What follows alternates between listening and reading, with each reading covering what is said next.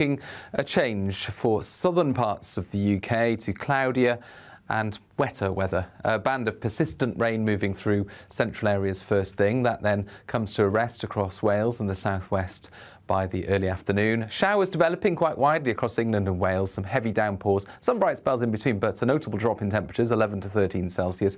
We keep the sunny skies and the warmth towards the northwest, with parts of northwest Scotland seeing 18 or 19 Celsius, although it will be fairly misty around the coasts of the northeast of Scotland, and that mist and murk returns inland for Friday night. Meanwhile, the cloud and the rain across central and southern areas pushes north into Northern Ireland, Northern England by the end of Friday night. Some mist and fog patches forming in the far south by the start of the weekend. We keep the clear and frosty conditions, meanwhile, across some parts of central and northwest Scotland. Once again, a sunny start for northern Scotland. That is away from some of these northern coasts where it will stay misty through Saturday. A band of rain will affect northern England, southern Scotland and Northern Ireland, with showers to the south of that, and then further showers or longer spells of rain for Sunday.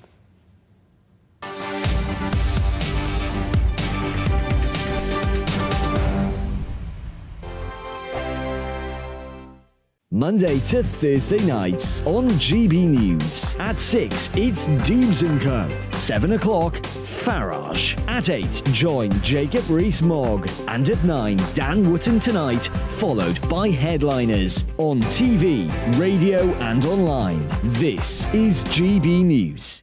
First and foremost, I am a GB News fan, and I was before I was working here. Just love the fact that we're asking the questions that a lot of establishment media won't ask. With a bit of a twist, we not only want to inform you, but we want to keep you entertained. It's worth the drive because you get in and the team's all ready and waiting, they're itching to go, and it's a proper little family. GB News is the People's Channel. It's the audience that makes the programme sing. We're giving our viewers and our listeners a voice. I see the thousands of your letters, tweets, emails, you name it, coming in. Britain is broken. How on earth did we get into this mess? But more importantly, how do we get out of it? The establishment had their chance. Now we're here to represent you. It's time for something different. It's time for GB News. I'm very patriotic. I believe in Britain. Our best days lie ahead. Britain's watching. Britain's watching. Join us here on GB News. The People's Channel. Britain's news channel.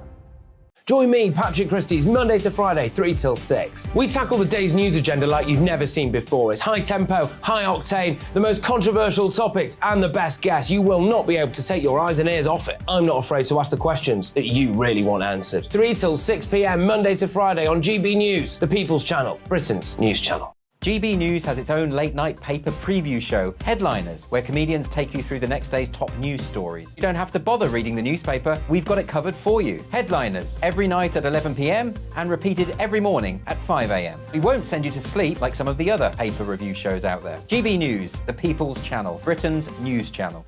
Join me, Camilla Tominey, on Sunday mornings from 9:30, taking the politicians to task and breaking out of SW1 to see how their decisions are affecting you across the UK. Bursting the Westminster bubble every Sunday morning, only on GB News, the People's Channel. Britain's watching. Hello, I'm Calvin Robinson. Do not miss my Common Sense Crusade Saturdays at 7 p.m. Join me for some in-depth discussions on faith. Is that not the start of the slippery slope? It's very much so. And the big moral questions of the day. I'm baffled. You've got some nerve. Only on GB News, the People's Channel, Britain's news channel.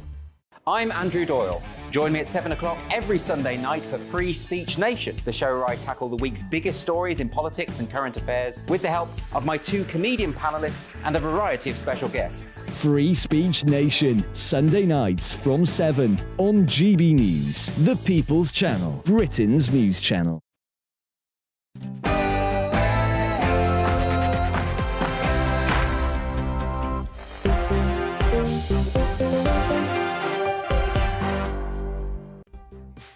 It's 6 p.m. and welcome to Dewbs & Co. Tonight's called Dewbs & Co. because tonight I'm identifying as Martin Daubney. Hey, it's 2023, it's my show, and this is my truth. The Raab report, as it's been dubbed, is on the Prime Minister's desk as we speak. The Deputy Prime Minister is accused of bullying a series of civil servants. Rishi Sunak says he wants to consider the report carefully before making a decision. So the big question is, will he stand by his man, or are the allegations just too severe to ignore? Right-wing Tories have pushed the government to accept an amendment that will allow ministers to ignore the European Court of Human Rights. If it passes, it'll mean judges who try to block deportation flights can be told where to go. Is Labour now a hostile place for gender-critical feminists? Well, one of its MPs says so. We've got a Labour man with us tonight. What does he think? And finally, if the DUP thought collapsing Stormont would win them concessions, they seem set to be disappointed. Sunak's now telling them if they don't go back into government, there'll be a united Ireland. Are they being threatened to accept EU alignment? All of that to come tonight on Dewbs & Co. with me, Martin Daubney. But first, the latest news headlines with Polly Middlehurst.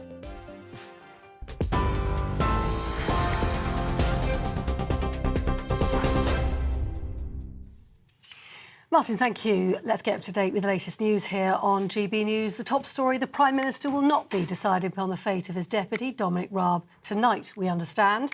Rishi Sunak is considering the findings of an independent inquiry into alleged bullying by Mr Raab. The Deputy Prime Minister himself requested the report as the first allegation was made in November last year. 8 complaints were made by staff about Mr Raab's behaviour during his time as Foreign Secretary, Brexit Secretary and as Justice Secretary. Downing Street says Rishi Sunak maintains full confidence in Mr Raab and is said to be carefully considering the report's findings. The Academy of Medical Royal Colleges is urging junior doctors and the government to find a solution to their deadlock over pay for the sake of patients and the wider NHS.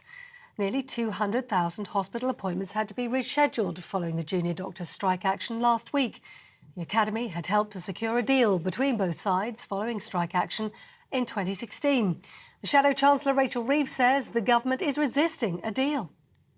Yet again, the government are allowing this industrial action to continue because they're not willing to take the steps that are necessary to resolve these disputes. Now, look, there are many challenges in the NHS, and it's not possible to fix everything overnight. But Labour have committed to getting rid of the non-dom tax status, because if you make Britain your home, you should pay your taxes here, and under Labour you will. And we would use that money to double the number of training places at medical school. The Association of School and College Leaders will hold a national strike ballot for the very first time. The union saying it's a lack of funding for schools, pay, conditions and staff shortages, which has led to their decision. It's described the government's attempts to resolve the last dispute last month as completely inadequate. A vote will be held in the summer with strike action planned for the autumn. Now, breaking news within the last half hour. A senior detective in Northern Ireland who was targeted by gunmen has finally been discharged from hospital. Detective Chief Inspector John Caldwell was shot several times while coaching a youth football team at a sports centre in Omagh last February. He'll continue his recovery at home. Police have arrested 6 people in connection with the shooting, but no one has been charged. A suspected Russian spy ship has been spotted at key energy installations off the coast of Britain. It's claimed the vessel was last seen looking at wind farms and other maritime infrastructure, potentially for vulnerabilities if conflict broke out between Russia and the West. A report says the ship sailed around the Baltic Sea and the North Sea for a month and is part of a fleet disguised as scientific research vessels. Meanwhile, Jens Stoltenberg has declared that the future of Ukraine lies within NATO. The NATO chief was arriving in Kyiv to pay his respects to soldiers who've died in the war and show his support as the country prepares for another counter-offensive against Russia. In his first visit since the invasion, he pledged continued military support for Ukraine, adding that its rightful place was within the alliance. Also recognise that President Zelensky will raise the issue of membership of security guarantees, and this will be high on the agenda of the meeting and also in the lead-up and the preparations for the Vilnius summit. Ukraine's future is in the Euro-Atlantic family. Ukraine's future is in NATO. Jens Stoltenberg.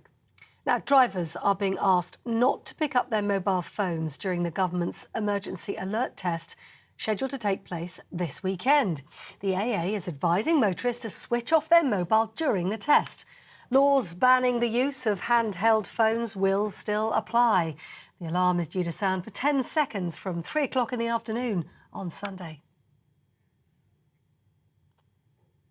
Now, in the United States, the most powerful rocket ever built on Earth has been launched from South Texas. Take a look.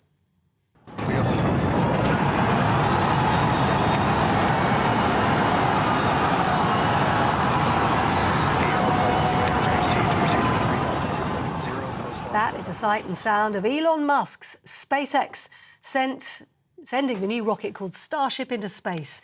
The launch was initially successful, but the booster didn't separate as planned and exploded moments later. But the SpaceX team described the moment as a rapid, unscheduled disassembly, which will be useful for their data. British astronaut Tim Peake has congratulated the SpaceX team on Twitter, encouraging them to test, learn and try again.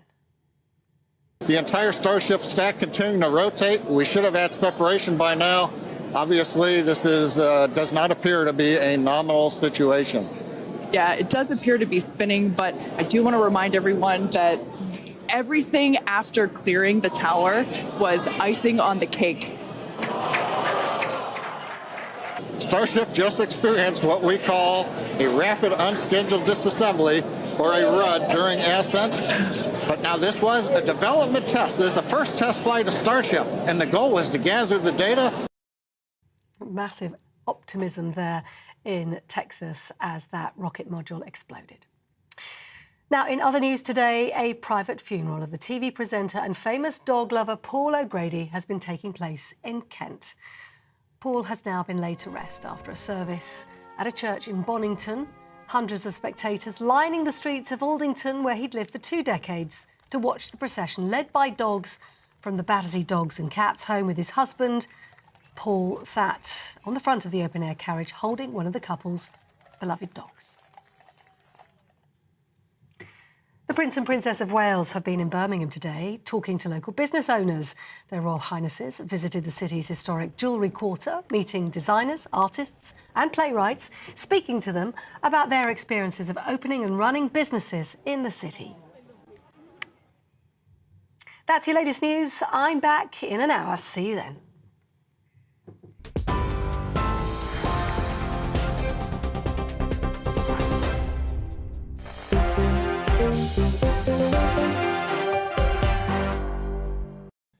And thank you very much for that. And welcome to Dewbs & Co with me, Martin Daubney. Joining me until 7 o'clock tonight, meet my panel. Ella Whelan is an author and columnist for Spiked Online, and Kevin Craig is a former Labour councillor and the CEO of communications company PLMR. Looking very dapper. Welcome to the show. Hi, Ella. So are you both. OK, and don't forget, as usual, you can get in touch all the usual ways. GB Views at gbnews.uk or Twitter at GBNews, because this is your show. So on to our first debate of the night. As we speak, Rishi Sunak has on his desk a report into the bullying allegations against his Deputy Prime Minister, Dominic Raab. He'll be considering the severity of the findings and then deciding, does he need to give his Deputy Prime Minister the chop? Sunak has already said he doesn't recognise the characterisation of Raab's behaviour as the man he knows. So, would sacking Raab simply be a political surrender to whinging civil servants who have now levelled accusations against 4 Conservative cabinet ministers? Let's start with yourself as a Labour man. The writing on the wall, or is this just yet more whinging from entitled civil servants? Well, I don't know where this whinging civil servant thing has come from. The case here is that there are serious allegations of bullying that are being reported on, and if the conduct of Dominic Raab is proven to be unbecoming in a government minister, then he should resign. And if not, he should carry on with his duties. You know, to be fair and sort of broadly historical about it, there have been ministers across governments accused of bullying and bad behaviour. These things get looked into. It's got nothing to do with millennial whingers. You seem to think, though, that the public sector seem to like all the perks of working in the public sector, the pensions, the holidays, work from home in your pyjamas, don't bother going to the office. But when they get private sector style management, which, let's face it, can be a bit rough and tumble, they don't seem to like it, do they? No, I think that's a characterisation, Martin, that I don't share. The public sector is full of very robust, hard-nosed people. I saw it serving many years in local government as a councillor in London. I just don't buy into that narrative. I think, you know, some of the reports you read about how Dominic Raab conducts himself are less than ideal. Yeah, OK. Ella, let's bring you in now. So Dominic Raab, you think he's a tyrant or himself the victim of a bit of a whinging campaign? I think it's probably a bit of both, which is that he doesn't sound like the nicest person in the world, does he? And he's, I don't know, maybe it's short man syndrome or something. He seems like without your kind of stereotypical angry guy, which probably you have to be an effective minister. He's not a very effective politician. We know that he's got some very serious failings, particularly in the way in which he handled the issues with Afghanistan. And I'd like to see him pinned on those substantial issues rather than these kind of allegations of bullying. But I suppose, who knows? We've got to find out what actually has gone on. Any of the stuff that's been sort of leaked or suggested to has sounded kind of pathetic in terms of civil servants being perhaps a little bit thin-skinned, but then again we all know that the business of politics is pretty dirty. I mean, why doesn't someone just gob in his Pret-a-Manger smoothie rather than making it the business of all of us to yet again have to sit here and talk about bullying in Parliament? I think for me the thing I take away from it is that this isn't the first allegation of bullying in Westminster. Right. And rather than thinking that, we're sort of run by a cabal of awful, horrible people that don't, treat people nicely, it actually sounds a bit more sort of run-of-the-mill sort of school playground to me. And there are some very serious political crises and questions that need to be answered. Can we get on with doing that rather than sort of all this... I think many restaurant staff might identify with your kind of special mayonnaise type revenge. But Kevin... Ella makes a great point there about the double standards. Don't forget, somebody who defected to the Labour Party, a certain Mr. John Bercow, he faced far more serious allegations than this, which were borne out to be more or less true. But the Labour Party then were like, well, let's wait for the full report. Let's not haste to make judgments. But they've been very quick to damn Raab without even knowing what the findings of this report are. So double standards. Well, I heard you saying before we came on you were going to stick it to me, but I don't know if this is that moment. But I don't know what you're on about. I mean, the Labour Party is saying wait for the findings of the inquiry. And I, rather balancedly, if that's a word, said these things happen to politicians of all persuasions. So I don't think there's anything to do with the Labour Party's stance here. They do, I think Ella's quite right that his record in politics is much more interesting to discuss. If he is, I have a feeling that he's not going to make it. The way that if you follow these stories, it looks like Sunak hasn't got his back on this because of those bullying allegations. So do you think the fact that Rishi is sleeping on this is an indication that there's a foreboding sense, or is this pure speculation? We don't know. Us three don't know. Others don't know. But if you follow politics and the media, as we all do in different ways, it feels to me like he could be in a bit of bother tomorrow. Yeah. So Ella. Back to the Bercow point. I didn't stick it to you, but I think it is worth... Before I came on, you said I've got to stick it to that Labour guy when he gets on tonight, and here we are. I'm just asking if that was sticking it to me. Just getting warmed up. OK, good. Keep on. This is just the entree. Come on, loosen up, come on. I'll give you the mayonnaise topping in a bit, as it were. That came out all wrong. Ella, there is definitely, I think, double standards in this. John Bercow, the bullying allegations against him were dealt with in a far more sympathetic manner by the Liberal press, all because of his position on Brexit. Yeah, I think there is definitely, biases play into this. And, it doesn't matter how nasty someone is in the office if they're doing working on the kind of policy that you agree with. And Bercow was a really good example of that. I mean, but again, I didn't really care about him shouting at people, didn't really care about him having stickers with expletives that I can't say at this time of day on in the back of his car, whatever. I cared about the fact that he had significant influence on the process of discussions about Brexit in the seat of power of British politics. So, a lot of people got their knickers in a twist about Angela Rayner using the word scum. All this stuff kind of goes on and mudslinging happens at PMQs and all that kind of thing. Most of us don't care. Most of us kind of roll our eyes and say, would you just get on with the job of doing what we want you to do?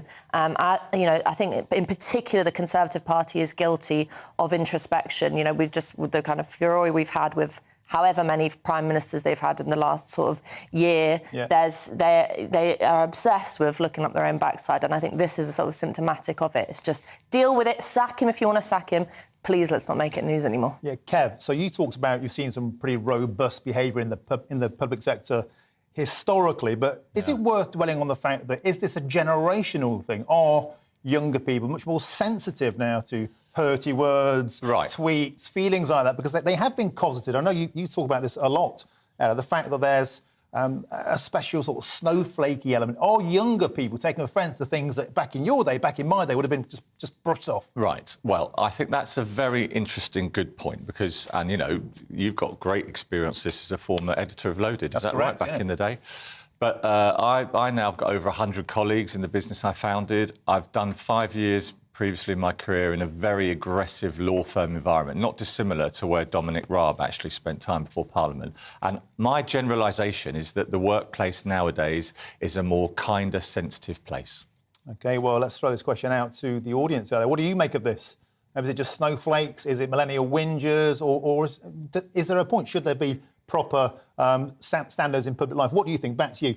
Is it young people just being hypersensitive? Do they need to just grow a thicker skin? Well, it's not. I mean, that makes it sound kind of glib, but I do think there is a problem. We have, you know, some very serious things happening, for example, in schools where, you know, you're not allowed to...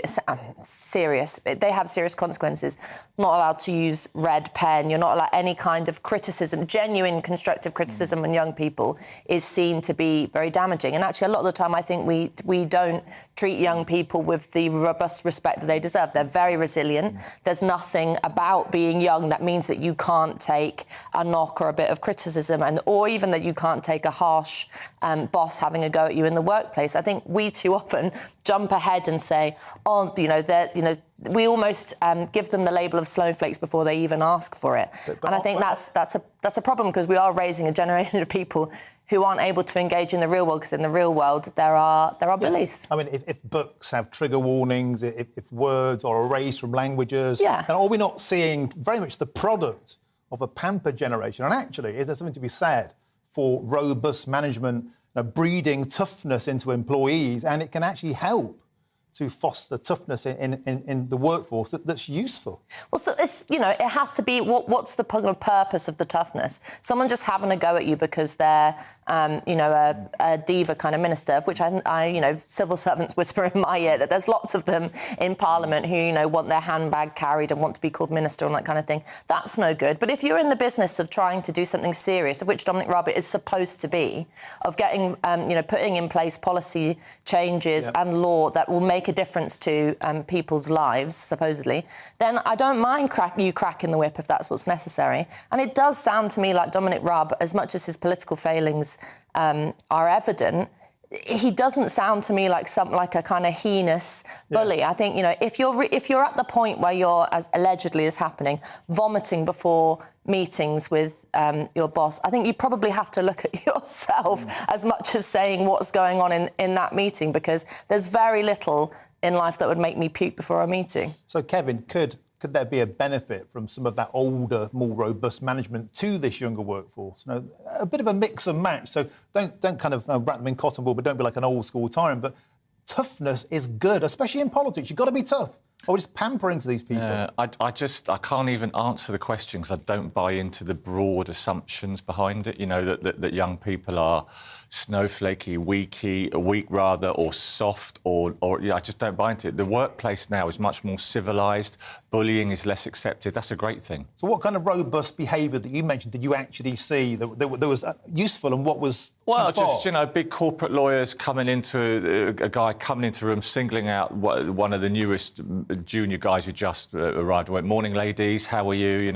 Giving him a little rub around the cheeks with it, grabbing his cheeks and all this stuff. Just weird and old school, you can't do that now. Yeah, that's like Ron Burgundy-style sexism. I don't think anybody is advocating a return to those days.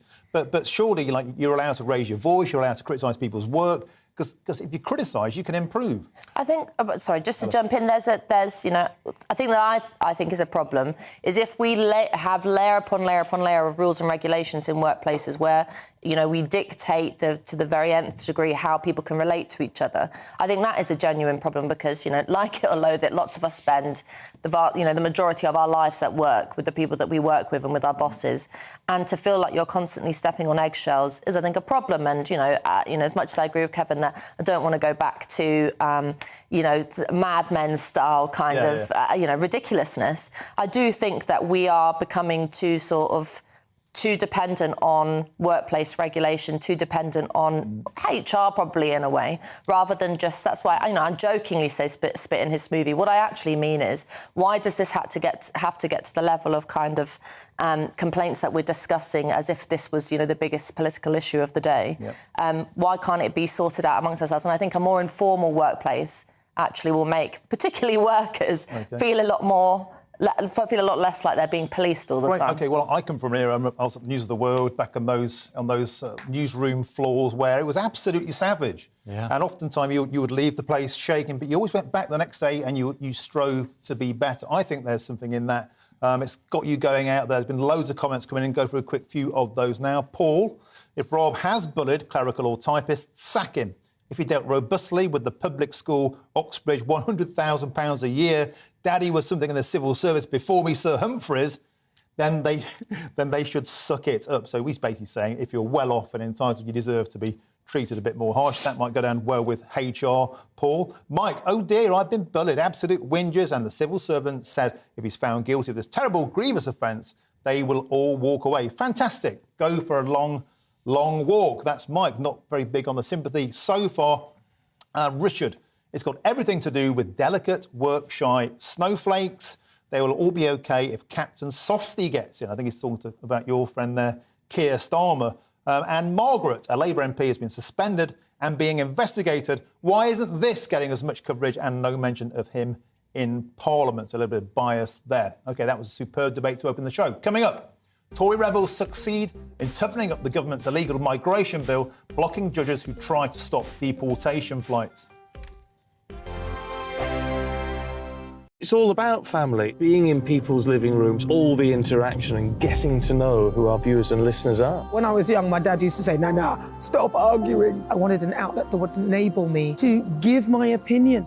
People are going through a really hard time right now, and I know that you don't feel like you're being listened to by the establishment. I came to GB News because it's the People's Channel, and I want the audience to have their say on the events of the day. We're dynamic. We do something different. Democracy shows that the wisdom of the nation is in its people. I get to travel to find out what the story is from a personal perspective. The British people aren't fools. We know when we're not being told the full story. We've got to work out how Britain moves forward from this. It's the best country in the world. The establishment had their chance. Now we're here to represent your views. Britain's watching. Britain's watching. Britain's watching. We're proud to be GB News. The People's Channel. Britain's news channel. Hello, I'm Michelle Dewberry, and you can join me every weekday 6 till 7 on Dewbs & Co. You're an inspiration to us all. Clip that bit off. Well, you are. That's my ringtone. My political ambitions those days are gone, I can tell you. She's only teasing. Go on. He's probably going to want to lay down now. I'll give him 2 minutes to have one. Let's respectfully disagree. That's what we like on Dewbs & Co. Come and join us. GB News, the People's Channel. Michelle Dewberry, weekday evenings at 6 o'clock. Start the day with GB News. We catch up on all the big stories you didn't hear the night before. And take a look at what the world's talking about this morning. That's right, Monday to Thursdays from 6 o'clock. It's Breakfast with Eamon and Isabel. Straight after breakfast, join us, Bev Turner and Andrew Pearce. We're going to take you through till noon. We'll be tackling the big topics of the day, including the things that the other channels just won't talk about. If it's happening here. Wake up to mornings on GB News, the People's Channel. Britain's news channel. I'm Simon Evans. Join me on GB News for Headliners at 11 p.m. What's the scoop? I'll be joined by 2 of the country's top comedians. That's right. As we take a look at tomorrow's newspapers tonight. We're going to get into trouble. If it's a big story, we'll be covering it. Spill some tea on him. There we go. But we'll also have some fun. I wouldn't stick up a bank. My father didn't love me. So anyway. Headliners every night from 11 on GB News, the People's Channel, Britain's news channel. We've got a brand new lineup every Saturday night on GB News. From 6 p.m, I'll give you my unique take on the world today. Then at 7, it's me, Calvin Robinson, with my Common Sense Crusade. New to GB News is the Saturday 5. 5 times the opinion. Join us every Saturday from 8 p.m. as we debate the week's stories. With us 4, plus a special guest. And at 9, of course, it's Mark Dolan Tonight. Brand new Saturday nights on GB News, Britain's news channel.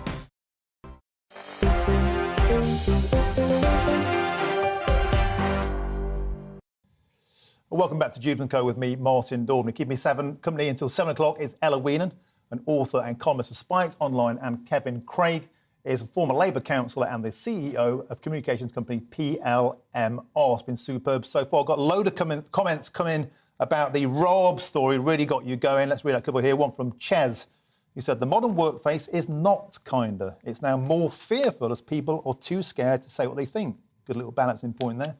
And Tracy is saying, my opinion is that the civil servants are doing their very best to get the Tories out. So she's saying, Ella, that this is becoming politicised. They do not like being called out for not doing a good job. They should all be sacked. Every time they cry bullying, they should go, this is nonsense. Well, you're not missing about your words there. OK, on to our next debate now. Tory rebels have succeeded in forcing the government to accept an amendment to toughen up the illegal migration bill. That will empower ministers to ignore interim injunctions from the European Court of Human Rights to stop deportation flights. Lawyers will no doubt once again say it's a violation of international law. Ella, should we care what the European Court of Human Rights thinks? Well, it makes you sound like a certain kind of person to say no, but I think that there's to untangle the very messy web of immigration in this country and what we think about it, I think you have to have a starting point which says that laws that are, this was what Brexit was all about, laws that are made in this country by democratically elected representatives should be able to be carried out without being thwarted by, and policy should be able to carry out without being thwarted by individuals who are not democratically elected by citizens of this country. So that's kind of the starting point, I think, which is that if there is a problem, you don't have to have been a fan of the Rwanda policy. I'm certainly not. You don't even have to want to reduce immigration. I don't. To understand that controlling your borders as a basic of a kind of fundamental point of a sovereign nation is very important. So, as much as I don't trust the Conservative Party to do or actually anyone in politics at the moment to do justice to the debate around immigration, I think that this is probably a good starting point. What about the Rwanda plan don't you like? I think that there's a real problem with trying to export your problems with immigration to another country. Yeah. I think on a basic level, it's not a long-term solution. Neither is it, something that is, I think, justifiable to send people to a completely different country with a completely different culture. And that people sort of who are in favour of the Rwanda plan say, well, I'd love to go and live there. And I think a lot of the time that's BS. Yeah. But I think more importantly for me, what I would like to see is a more holistic discussion about the whole immigration system, not just asylum seeking, but also the way in which the government at the moment is trying to play this double game of saying, well, we need people to do certain jobs, whether it's drive lorries, pick fruit, but we don't want people coming in in other ways. They're now, part of the story today is that they're planning to loosen up legal routes for asylum. That the whole thing is a bit of a mess at the moment. I think we don't know what we want to do with immigration post-Brexit. There's been a characterisation of everybody who voted for Brexit being anti-immigrant. I think the government's kind of run with that. And you and I, we know as Brexiteers that that's not true. Well, and I think actually there's... I certainly don't think that the public voted for loosening our borders and letting more people in to do jobs. Kevin, I want to bring you in now if I can. It sounds like tough talk, but is it just that? Does this actually have teeth, or is it yet more posturing that we've seen many times before from the Conservative government? Well, my view would be that the Conservative government just haven't... I think what's just been said is quite true, that the Conservative government just hasn't been very effective in dealing with the whole situation of immigration and asylum. The amount of time it takes for the Home Office to process people is just vastly increased under this government.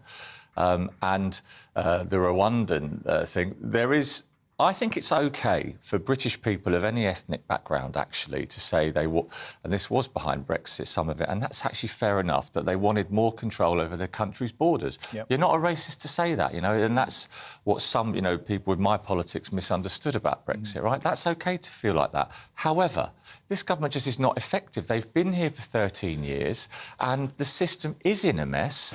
And Rwanda, my issues with it, I just don't think it's going to be very effective, and I don't think it's going to be very cost effective. And I found it a little bit weird when the Home Secretary went to Rwanda and was commenting on the decor of the accommodation these people might stay in. But, you know, just do it properly, be efficient. That's what the government hasn't done. Can I ask you about Labour's position on this? Because Keir Starmer, a bit like Brexit, really, he's had more positions on immigration than the Kama Sutra. First of all, is more or less open borders, refugees welcome, was Yvette Cooper's position. Then he got suddenly tough and was on front page of The Telegraph. But there's been a lot of criticism this week of Starmer after he attacked Sunak on being tough, around Starmer stepping in and signing letters to stop the deportation of violent criminals, 7 of whom have gone on to re-offend. So where do Labour stand on this? Well, Labour have a very clear policy, which was how to get a grip on this. And it didn't involve flights to Rwanda. It involved tackling the criminal gangs who were profiting, making millions from this terrible traffic in human beings, about a special National Crime Agency task force to get to grips with the issue, and sorting out the delays in the basic thing of this government doesn't do process and admin very well. And one of the reasons, as was said earlier, is that it's been so internally focused, fighting for power, however many prime ministers, the boring job of governing well in an uncorrupt, efficient way has been just overlooked. Ella, I want to turn now to leaving the ECHR. It's something that Suella Braverman throws out as a bit of red meat to Brexiteers. Other people saying that would be a violation of our human rights obligations. But let's not forget that recently Italy declared a state of emergency, and Poland has thrown up barbed wire borders. They're also members of the EU, never mind the ECHR. So is this not really about leaving any legislatory body? It's about a lack of political will to get tough. Well, I think, you know, the funny thing about Brexit is that, because I think all of this comes back to that, is that while Brexit voters like me might have said that this is the start of, voting to leave the European Union is the start of having more of a more democratic engagement in politics, I think a lot of the British political establishment and many Conservatives saw it as just a kind of tick box exercise, and they didn't really grasp the democratic spirit that Brexit entailed. I was trying to describe this on LBC last night, and I had a terrible time trying to get my point across, which is that, at the same time as there being this kind of drive to have, ask tough questions about controlling borders, about laws in this country, who's in charge and all that kind of thing, our politicians don't seem to want to be able to get to grips with that. And leaving the ECHR, it seems to me, is something that's necessary if you are genuinely going to have a discussion about having control of laws in this country. And people say that would be an end to human rights, and we'd all end up working 23 hours a day and have terrible lives. People forget, I think, too often who it is that secured most of the fundamental rights that we have. Workers secured workers' rights, not EU bods. Yeah. Maternity rights were secured by women arguing for them. They weren't a gift given down by some kind of technocrat in Brussels. And so I think a little bit of perspective here, and maybe a little bit of ambition to say, what kind of future could we have outside of these undemocratic institutions? It's also worth bearing in mind, OK, Canada, New Zealand, Australia, they're obviously not in Europe, but they're not members of this, and they seem to do quite well. They are treated as liberal havens. This has really got you going out there on social media, as you'd expect. It always does on GB News. Bev, echoing the point made earlier, other countries ignore the ECHR, so why can't we? I think a lot of people out there would agree with that. Lisa, one of your guests says it's wrong to send asylum seekers to Rwanda because it's wrong to send them to a completely different country with different cultures, etc. But why is that different to them coming to England? We are a completely different country and culture to where they have come from with completely different values. That's another good point. And let's go to Daniel. The problem of deportation lies with our judiciary and Home Office civil servants. That's a superb range of opinions. Thank you for sending them in. OK, so coming up next, is Labour now a hostile place for gender-critical feminists? One of their MPs certainly thinks so. I joined GB News because I was sick and tired of not hearing my views being represented, not just mine, but so many people that I knew and spoke to. I just couldn't get my voice out there. I couldn't say anything. I couldn't do anything. Whatever the narrative was, I kind of had to follow it. GB News is there to provide a voice for those who have been ignored by the establishment media. We think different things. We've got a different style. GB News is here to be optimistic and positive about the future. It's real kind of dynamic and flowing, with the audience very much at the heart of it. it like a big family. Here at GB News, we talk about the things that matter to you. Hearing the voices from right across our towns and cities, especially our towns. All sides of the argument represented with a heavy dose of opinion. We're on a mission here to make a difference. And the GB News family really is here for you, and whatever time of day you can watch or listen. Britain's watching. Britain's watching. We're proud to be GB News, The People's Channel. Britain's news channel. Westminster is going around in ever-decreasing circles, followed by the media. Britain is broken.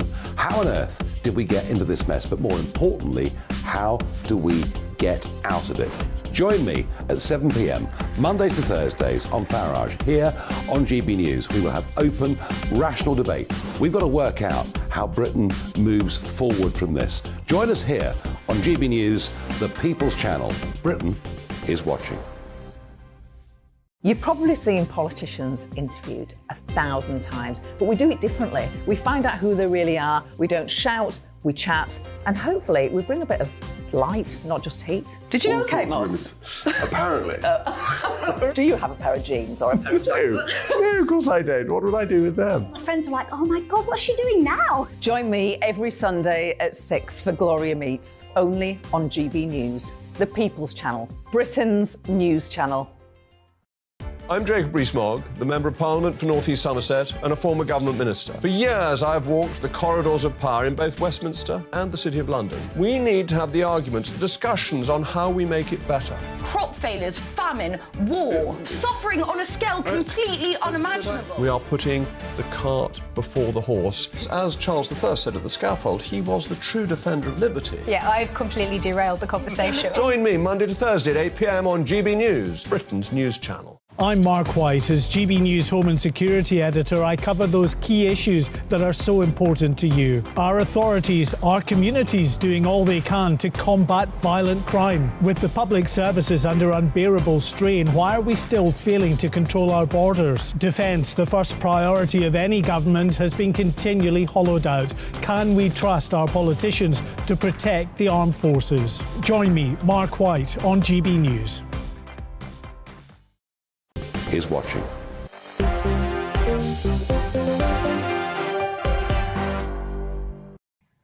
And welcome back to Dewbs & Co. with me, Martin Daubney. Keeping me company tonight until 7 o'clock, Ella Weenan is an author and columnist for Spiked Online, and Kevin Craig is a former Labour councillor and CEO of comms company PLMR. It's been superb so far. You've certainly got these socials going with your comments. Let's read a few more of those out. On the situation of blocking the deportation of illegals, Margaret says most countries ignore these rules except weak Tory England. So this isn't just about a Labour issue. There's no faith in the Conservatives either. And it's going to, I think, really affect them on the doorstep. Donald says we do not need to speed up asylum applications. The majority of them are economic migrants and possibly criminals. Turn the boats around, end of. Echoing, of course, the fact 29 terrorists were identified. That's just the ones that we know about. So thanks for those comments. Please keep them coming in till the end of the show. OK, on to our next debate now. Labour MP Rosie Duffield has spoken to the Daily Express today, saying she's been hounded and harassed within the Labour Party for her gender-critical views. Duffield has been singled out by trans activists for saying biological sex is immutable and cannot be changed. She also says Keir Starmer's leadership team left her isolated during this abuse. So, Kevin, as a Labour man, let's start with you. Has the Labour Party got a woman problem? No. So that's a short answer. Let's go into the detail.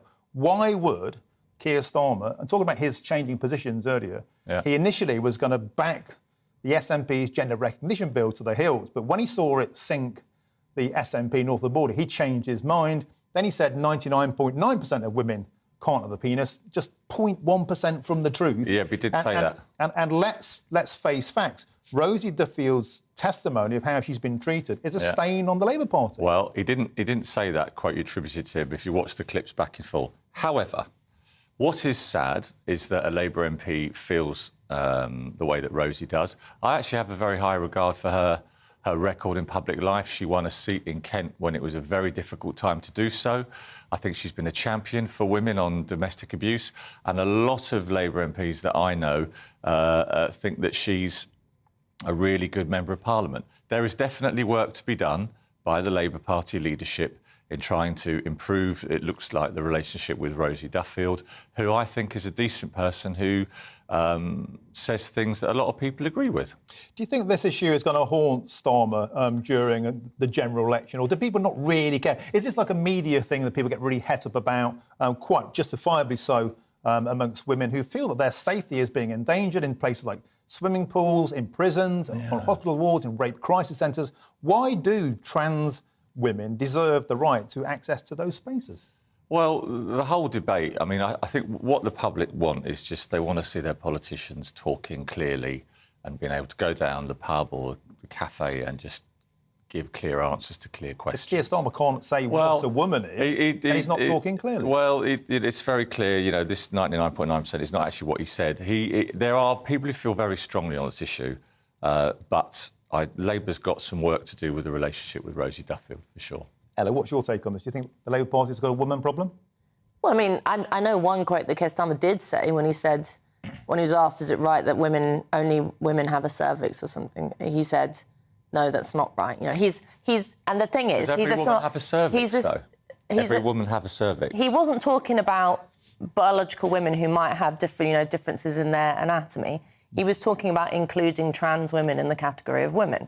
Now, let's be real here. That's the issue, that the Labour Party is still adamant in the fact... We're not talking about, the fact that lots of women don't have children, so they're not mothers, or all the kind of various types of women that there are. We're talking about including trans women in the category of women. And the Labour Party believes that you should call trans women women.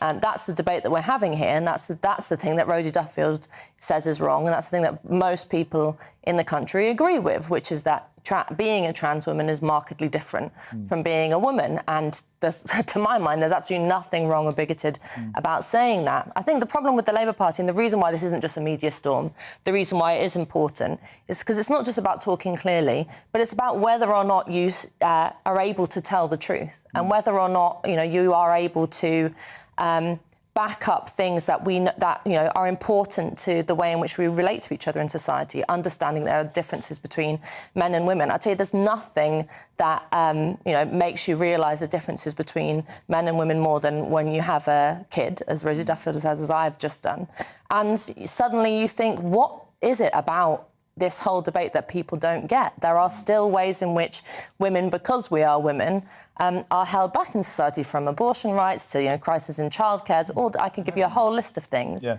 And if the Labour Party, and many Conservatives, by the way, because let's not forget that the Conservatives are the ones that brought us into this whole mess with the question of self-ID originally. Yeah, that's true. But many politicians seem to be unwilling to get behind women like Rosie Duffield and say, actually, being a woman yourself, you might have an idea about this. And instead, we kind of gaslight her and say that the problem was with her. You're absolutely correct. It's worth pointing out Maria Miller, of course, when she was the chair of the Women Equalities Committee, she had these kind of views, as did Penny Mordaunt. Came to haunt her. Caroline Noakes, there's loads came to haunt Penny during the leadership campaign.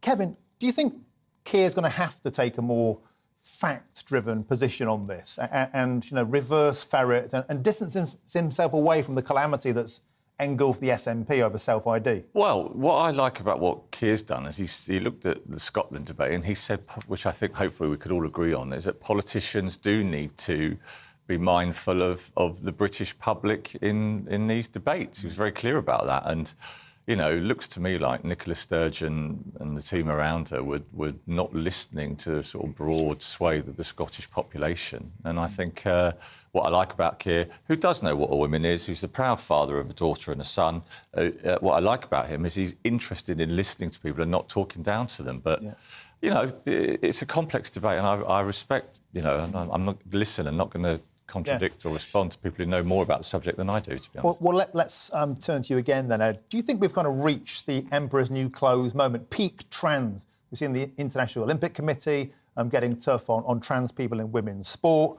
We saw, the extraordinary side of Miriam Coates, Tory MP, campaigning on this issue, joining hands, more or less, with Rosie Duffield, a kind of armistice moment. The adults are back in the room. Do you think we are seeing the end of this madness, or are we just being optimistic by saying that? I think that there's an interesting thing going on, which is that because of the question of what happened in Scotland with the rapist who was categorised as a woman, all of this has been brought to the forefront. I think people are suddenly realising the madness of suggesting that it's A-OK to throw biological men and women into the same hospital ward or into the same prison or things like that.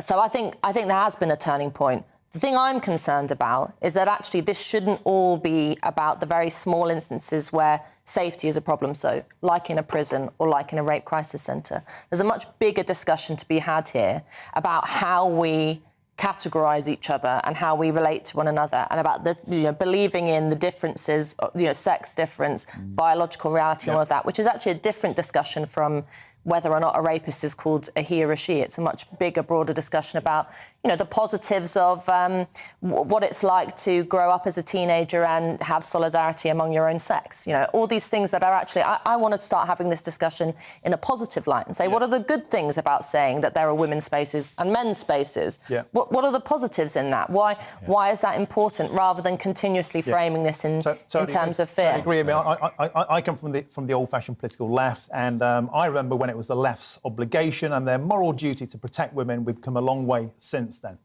OK, coming up is the DUP being bullied into accepting the watering down of the union between Northern Ireland and Great Britain.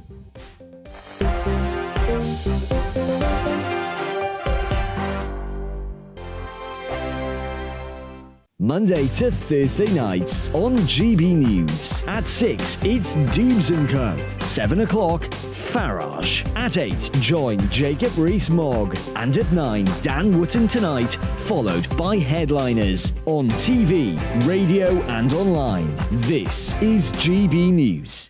First and foremost, I am a GB News fan, and I was before I was working here. Just love the fact that we're asking the questions that a lot of establishment media won't ask. With a bit of a twist, we not only want to inform you, but we want to keep you entertained. It's worth the drive because you get in and the team's all ready and waiting, they're itching to go, and it's a proper little family. GB News is the People's Channel. It's the audience that makes the programme sing. We're giving our viewers and our listeners a voice. I see the thousands of your letters, tweets, emails, you name it, coming in. Britain is broken.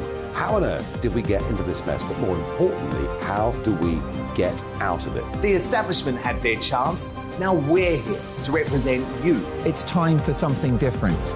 It's time for GB News. I'm very patriotic. I believe in Britain. Our best days lie ahead. Britain's watching. Britain's watching. Join us here on GB News. The People's Channel. Britain's news channel.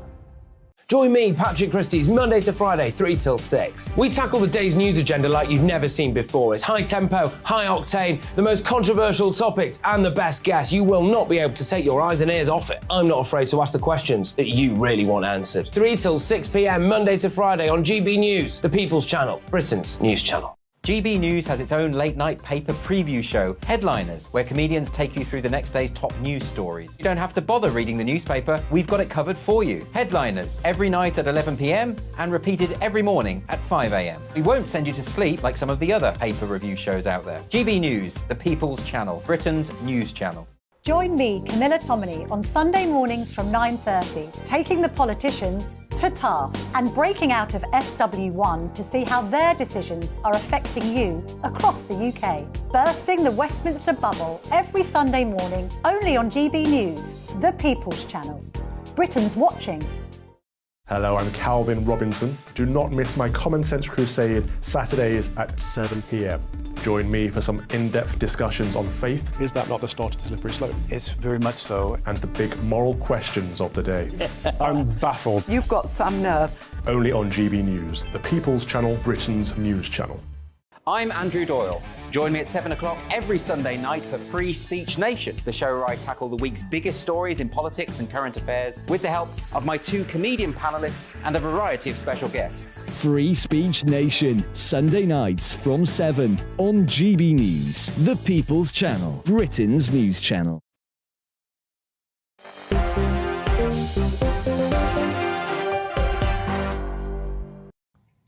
Welcome back to Dewbs & Co with me, Martin Dawbs. Keeping you company until 7 o'clock.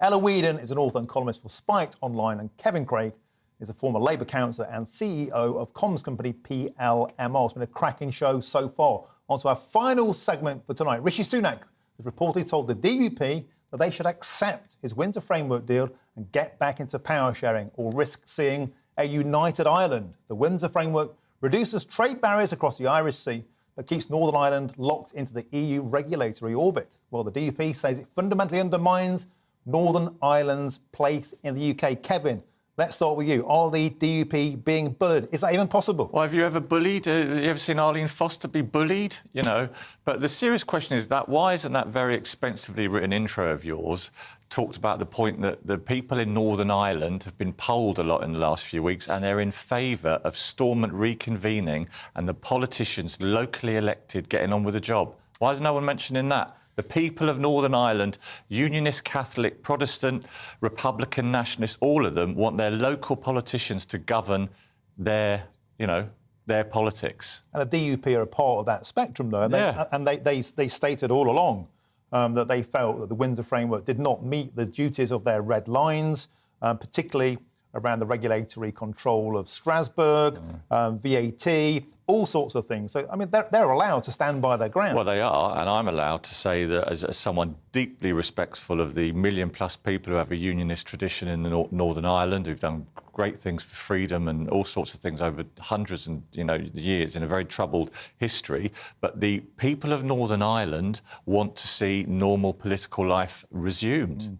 Can I ask you, as a Labour man, Keir Starmer came out and said he would vote for the Windsor Framework without even seeing what was in it. Well, why is that? Well, he'd received briefings on the contents. You know, there'd been a very good level of cooperation, and he, is very supportive of Northern Ireland getting back to normal, and for the Westminster government not to be governing the province. Is it because he knows that a future Labour government with this cat flap left open to the EU could get closer alignment? It's been an open secret that he wants to get a more of a kind of single customs market type arrangement back with the EU, despite what the Brexit vote told us. Well, using the phrase cat flap when we're talking about politics in Northern Ireland and Ireland is, I'm not sure the way to go.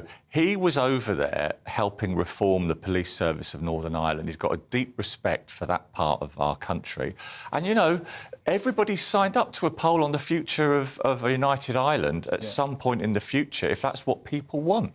Yeah, Ella, I want to bring you in here because I know you spoke earlier about seems to be the direction of travel. Joe Biden, of course, nakedly showing his Irish Republican credentials last week. Do you think that's where we're heading towards now? Well, I don't know about Joe Biden being a plastic paddy meaning that much for the future of Ireland. American politicians love to try and find the green in their blood when they come over. But I think that, there is no normal for Northern Ireland. It's the 25th anniversary of the Good Friday Agreement, and ever since that was stitched up by politicians from the rest of the world coming in and deciding what was going to be the future of that part of Ireland. Stitched up? In terms of the fact that there has never been a proper process of democracy in Northern Ireland since that day. I mean, things were very, very bad beforehand and no one wanted the fighting to continue. Right. But the Good Friday Agreement has proven to be completely unworkable, and power sharing is unworkable, whether it's rows about fertiliser to now quite significant, as much as I am a United Islander, as a Brexiteer, I think the way in which Northern Ireland has been treated, part of the United Kingdom up until now, has been abysmal. And, there is a real mess happening in Northern Ireland at the moment. The DUP have decided to withhold losers' consent in the election,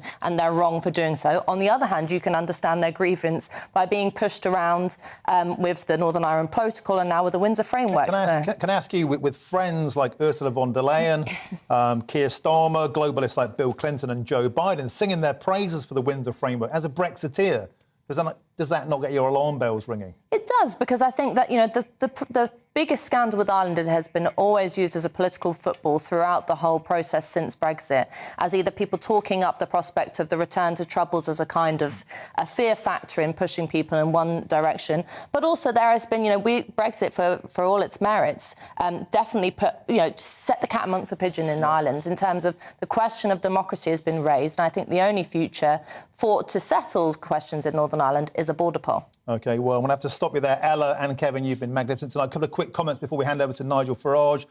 Jones says the NI has been loyal to the UK and our Parliament has pushed them under the bus. It's a complete land grab by the EU. And Lisa, why is it always the unionists that have to compromise What have the Nationalists ever done to give in? Totally agree with that. OK, thank you for tonight's show. I'll be back tomorrow. In fact, I won't. I think Michelle might be back. But anyway, Nigel Farage is coming up at the top of the hour. Please stick around.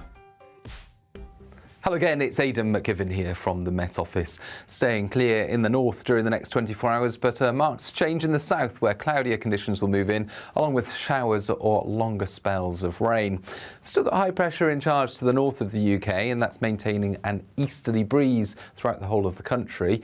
But that high pressure is waning in its influence, and that's going to allow some weather to return to England and Wales. Certainly additional cloud moving in on Thursday evening, some showers at first before perhaps some longer spells of rain into eastern parts of England by the end of the night. With a breeze here as well as the cloud, it's going to stay frost-free, 4 to 6 or 7 Celsius. But for Scotland, Northern Ireland, Northern England, clear skies and lighter winds will allow a touch of frost, especially for central and northern Scotland, with temperatures here in rural spots below freezing. A sunny start, though, in the north first thing. Meanwhile, across England and Wales, we've got cloudier conditions and a band of rain moving across central and then